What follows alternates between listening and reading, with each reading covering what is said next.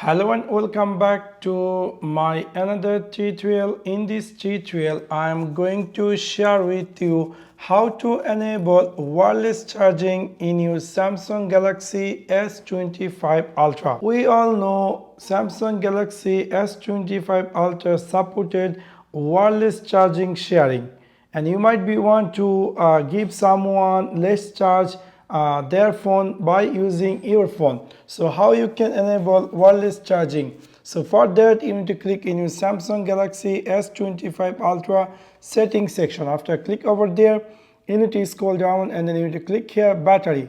After click over battery, you need to scroll down and you will find there something say wireless power sharing. So if you decide to turn on wireless power sharing, and you can simply turn this on, and also you can see there is some rules and regulation you have to follow up this.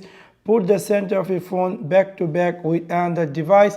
If you have trouble connection or charging is slow, remove any cover from each device. Also here is some notes: wireless power sharing will stop when you make a call, receive a call, or use the camera. Also work with most QI compatible device. Different device may charge at different speed. So this is how you can easily enable wireless power sharing. So that's for now. Thanks for watching my video. See you next one. Peace.